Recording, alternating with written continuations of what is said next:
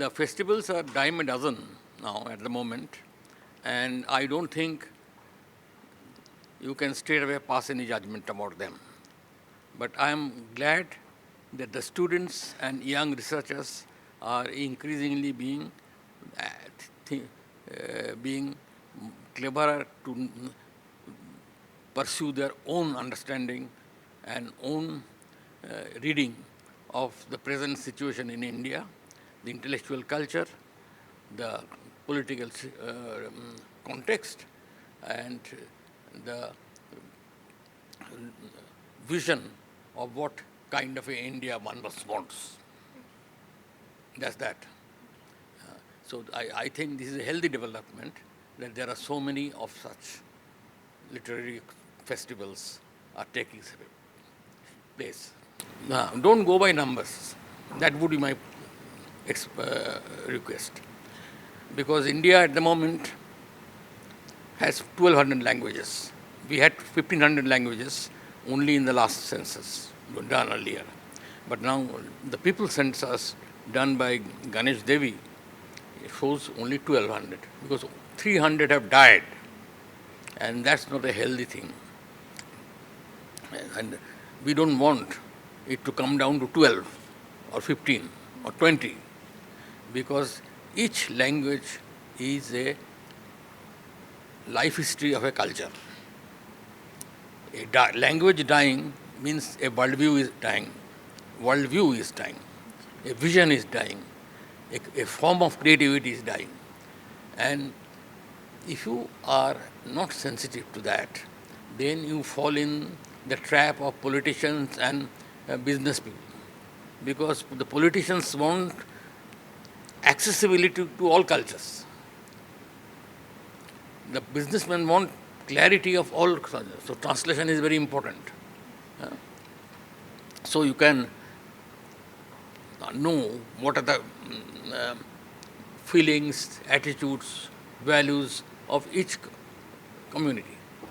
And that is why you are wanting that. It is not for because you are looking for new forms of creativity, new forms of visions of India, and so on and so forth. So I would like to look at this kind of development of LitFest, which are now dime a dozen, as I started by saying. I do want them, but I want them with the kind of autonomy they are demonstrating in this particular instance. Because this is a very open system. Many cases now, there are, when this LitFest are done, people are recording them, lest police come and say that you should not have said this or that, and so on and so forth. I have gone through that harassment in Jaipur Literary Festival. And it's not a very pleasant thing. Not a very pleasant thing. And I later on found that I had not said that, or the thought, because fortunately what I said was on record by the organizers. Okay. They said, and it has already gone to Supreme Court for me to get a bail. And so the Supreme Court judge said, when he told police to give the recording, then they gave it after 7-8 years. And the harassment in between was enormous. So that is my personal experience, and many of the people are also facing this kind of problems. So this kind of intellectual autonomy, which a LitFest like this is demonstrating, is a very healthy and robust development. But there are many parts of India, this healthy attitude does not exist. Only 2 days ago I heard a Jammu and Kashmir person who was in jail for 2 years. The Jammu and Kashmir High Court itself didn't have to go to Supreme Court. Jammu and Kashmir High Court acquitted them. So this is no case whatsoever. This is nonsense. So this is also happening in India, and one should be aware of that. It is not the job of students coming in a private university to all the way look back and to find out who is observing, who is recording, and which word you have used when and how. I mean, these are young people. They, they, they use their language. Odia language, I have not gone to very much directly, though we had a Odia cook at our home when I was young, and I can follow Odia. Think for yourself. Don't borrow the thinking of ideologues. Don't borrow the thinkings of the politicians. Don't trust, however good a orator he or she might be. Do not go by the words, and use your skepticism. Skepticism is a very important part of the intellectual culture, and it was considered a value of enlightenment values in Europe, skepticism, and that skepticism is being now subject to control. So, but so much the reason why we should be skeptical even more. All are looking for shorter things today. People are not reading. A friend of mine who is a professor of psychology in Calcutta University, she was telling that none of the students want to read. And she said, thought that if she finds a very interesting book and gives it to them, they will probably read. She purchased the book to give them to read. And she says, even then they did not read it. Reading is going down.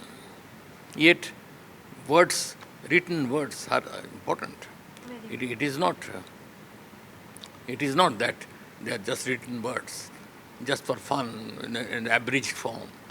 The cinema, just waiting to be made, turned into a cinema, a new movie. Not only that. Reading is the author's words are important.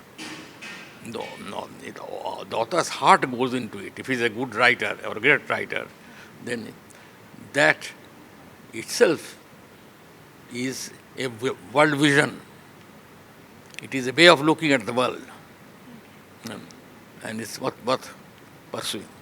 I would hope that the challenge will be the voice of the young and not borrowed voice of other not only, even if it's great writers, a challenge is to find your own voice. And I'm glad that is people are in search of it. A lot of young people are writing also, that is true. Each has his own strength. I mean, some languages, even if it's ancient, is not ancient. I was surprised to see when I reread Nehru and Gandhi, I found I was a great admirer of Nehru's English because when I was young. But now it looks that it is touch of age. The language is aging. Of course, it is 100 years now past. But when I read Gandhi, then I found that he uses a language which is timeless because it's direct, simple, and very clear. Little bit like the way Madhav Kaushik talked this morning. I started by saying that I am saying most simply and directly what I want to say. So Gandhi was like the kind of person. So his language is not aged.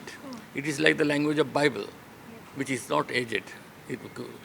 Some King George sometime 200 years ago had got the new translation done of Bible. That is still there. That language is not invalid. Similarly with this, I mean, you can still read Tagore without feeling that he is getting old. Even though Tagore was born more than 100 years ago, 150 years ago actually. Great authors are like that.